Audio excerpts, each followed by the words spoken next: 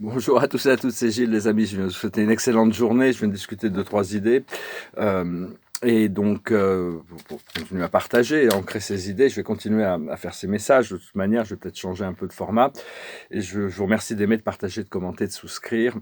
Et je vous remercie pour vos donations. Si vous voulez une lecture privée, une session vidéo sur Skype, tarot, de lecture de tarot, je l'ai fait encore. Donc, vous pouvez m'envoyer un email. Bientôt, je vais avoir, je vais les faire jusqu'au moment où je vais rentrer dans mes activités professionnelles. À ce moment-là, bon, tout va changer de toute manière. Et donc, je voulais dire aujourd'hui que les péchés, c'est une invention de l'Église. Il faut vraiment, ce péché originel, ça a été inventé au Conseil de Nicée pour vraiment enlever le pouvoir du peuple. C'est vraiment le péché, c'est tout simplement ce qui fait obstacle à notre évolution. Tout ce qui fait obstacle à notre évolution, ça devient quelque chose sur lequel on doit travailler. Mais on a été créé pour faire des erreurs et pour apprendre de nos erreurs. Donc c'est très important de se pardonner tous nos péchés, ce qu'on peut appeler nos péchés, toutes nos erreurs.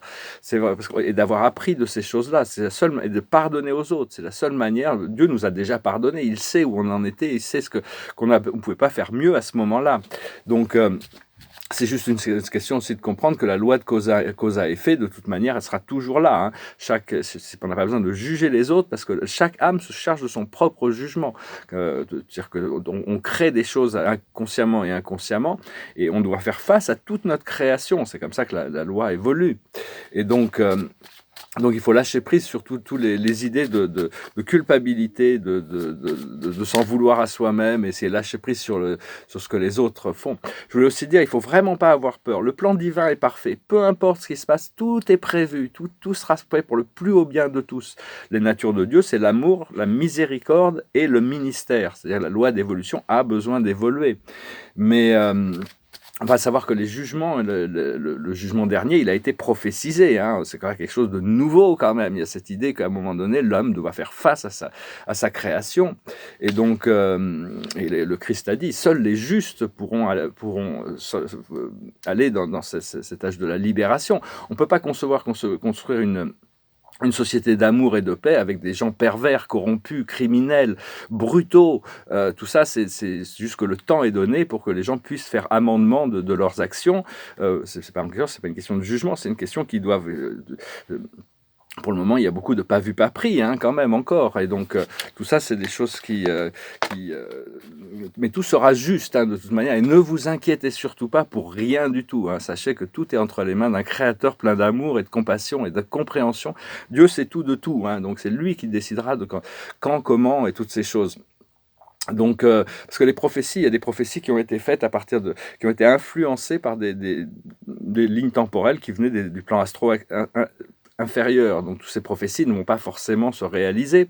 Savoir que le silence est l'un des plus grands des prophètes. C'est dans le silence que les choses se révèlent. Mais il y a des prophéties qui ont été faites, qui venaient de là-haut. C'est des promesses qui ont été faites depuis le monde spirituel, comme les prophéties du Seigneur Soraya ou de l'archange Michael, qui disait que la lumière allait gagner à la fin des temps. Tout ça, c'est des prophéties qui vont se réaliser, c'est des promesses. L'Esprit tient toujours ses promesses. Même si nous, on n'est pas toujours capable de tenir nos promesses, l'Esprit, lui, tient ses promesses.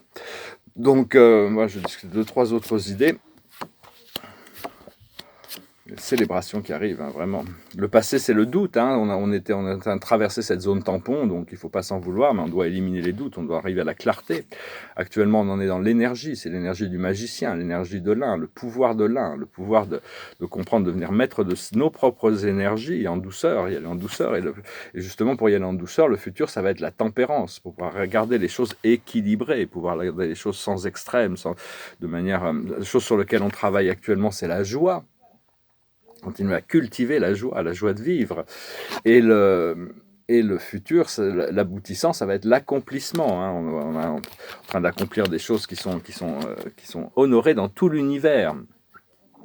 Et donc, il faut maintenir un état méditatif 24 heures sur 24 le plus possible. Rester dans cet état alpha de conscience où on est connecté, on est conscient du monde extérieur, mais on reste quand même primairement connecté à l'intérieur.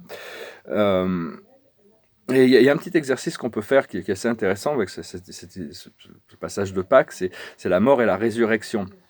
c'est faire une liste de toutes ces choses qu'on a envie de voir mourir de notre expérience et on veut renaître sur une autre expérience. Donc faites la liste de toutes les choses que vous voulez vous débarrasser et toutes les choses que vous voulez amener dans votre vie, avec la liste qui correspond des choses qu'on veut remplacer quelque chose par quelque chose d'autre. Et tout de suite passer ne pas passer trop de temps mentalement sur ces choses qu'on veut laisser partir, voir plutôt est-ce qu'on est prêt est-ce qu'on est prêt à les remplacer par la chose qu'on veut ressusciter dans notre vie, ce procédé de résurrection. Parce qu'il y a des choses qu'on peut décider mentalement, qu'on a envie de lâcher prise sur ces choses, mais on n'est pas prêt, on le ressent assez vite, si on est prêt ou pas. Donc tout ça, ça va se faire. Hein. Et donc, qu'est-ce qu'on est prêt à laisser disparaître de notre vie pour le remplacer par quoi? Par quoi on veut le remplacer? Une situation qui a fait accélérer, hein, je vais me noter parce que bon, il y a eu un message qui a quand même expliqué un petit peu tout ça. Il y a eu un procédé d'accélération par rapport au programme terrestre, par rapport aux révélations qui arrivent. Hein. Vraiment, on se rapproche vraiment d'un point critique de basculement. Ça s'appelait l'opération Evergreen. C'était ce bateau qui a été coincé dans le canal de Suez. Hein. C'était un faux drapeau des chapeaux blancs. Hein. C'était vraiment, tout ça, ça va se révéler. Si les médias n'en parlent pas, elles vont perdre toute leur crédibilité à un moment donné. Hein. Il y a des enfants qui ont été libérés, qui étaient des gens qui étaient en esclavage, qui étaient libérés de ce bateau, des armes, des éléments nucléaires, toutes sortes de choses. Et donc, ils ont perdu énormément d'argent et non seulement ces programmes, et donc tout ça, c'est vraiment donc il y a des alliés de l'humanité, des gens qui travaillent derrière la scène pour préparer cette révolution des états de l'état profond. Parce que l'état profond a beaucoup plus peur des travailleurs de lumière que ce que les travailleurs de lumière ont peur de l'état profond. C'est vraiment assez clair. Donc, ce qu'on cherche aussi, c'est à emmener le plus possible de personnes avec nous dans ces états de samadhi, ces états de conscience supérieure. Hein.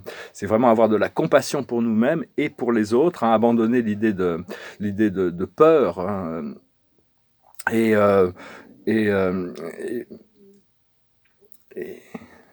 que notre intention de servir soit toujours supérieure à nos peurs. C'est-à-dire que, bon, appelez les anges. Le ministère angélique est toujours disponible. Hein. Donc, c'est vraiment une fois qu'on est entouré d'anges, qu'on est conscient de leur énergie, on ne peut plus sentir de peur. On se sent vraiment supporté, soutenu.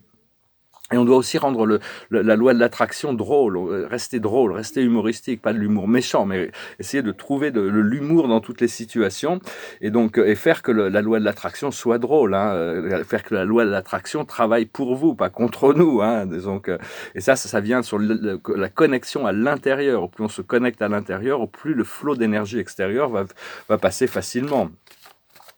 Et donc, c'est juste le lâcher prise aussi. Une autre chose, c'est que quand on rencontre des gens avec notre intention, c'est une sorte pour dire bonjour aux gens dans les plans supérieurs, les gens n'utilisent pas les mots, mais on envoie la lumière rose dans le cœur des gens qu'on rencontre. Et ça fait du bien à tout le monde, hein, s'envoyer de la lumière rose. Voilà, je vous envoie de la lumière rose dans le cœur et continuer à pratiquer cette technique.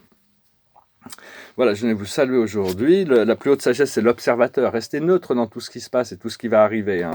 Gardez un calme émotionnel, hein. Ne pas se laisser déborder par les émotions. Les émotions, c'est un baromètre, mais c'est pas quelque chose qui... faut pas se laisser emporter dans des choses qui nous font être posés à l'intérieur quand même. Ce que l'on doit comprendre, c'est la réparation. Hein. On doit réparer les aspects de notre vie, les ramener en équilibre.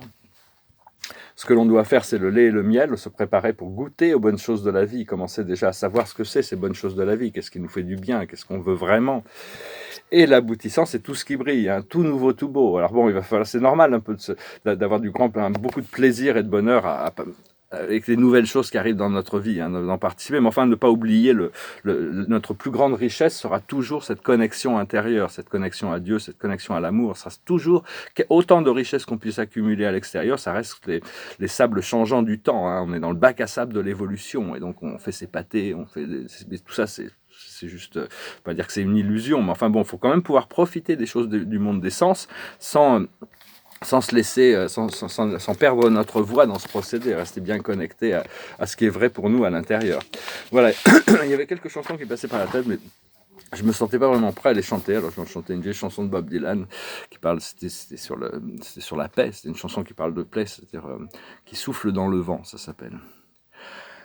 How many roads must a man walk down before you can call him a man? How many seas must a white dove sail before she sleeps in the sand? Yes, how many times must a cannonball fly before they forever bend? The answer, my friend, is blowing in the wind. The answer is blowing in the wind. Yes, how many years can a mountain exist before it is washed to the sea? Yes, how many years can some people exist before they're allowed to be free? Yes, how many times can a man turn his head, pretend that he just doesn't see? The answer, my friend, is blowing in the wind. The answer is blowing in the wind. Yes, how many times can a man look up before he can see the sky? Yes, how many ears must one man have before he can hear people cry? Yes, how many deaths will it take till he knows that too many people have died? The answer, my friend, is blowing in the wind. The answer is blowing in the wind. Alors, c'était vraiment un appel à rendre la guerre illégale, hein, c'est vraiment arrêter de faire la guerre. C'était vraiment pendant la guerre du Vietnam. Il avait fait énormément. Il aurait dû recevoir, à mon avis, un prix Nobel de la paix pour ça, plutôt qu'un prix Nobel de littérature. C'est pas vraiment de la littérature, c'est plutôt un cri d'appel à la paix. Donc voilà, hein, c'était... On va tirer une dernière carte, c'est le 7 de Gabriel. Alors ça bouge, hein, les éclairs dans le ciel. Elle est sur Pégase, hein, elle est en train de voler dans le ciel. Donc appelez les anges, imaginez que vous volez dans les anges. Restez plus léger que l'eau, hein, plus léger qu'une plume. Défendez vos convictions, ayez confiance, revendiquez votre place. Donc vraiment, c'est pas le moment de faiblir, c'est pas le moment de se compromettre, c'est pas le moment de douter. Hein. Ayez confiance dans votre lumière, dans votre...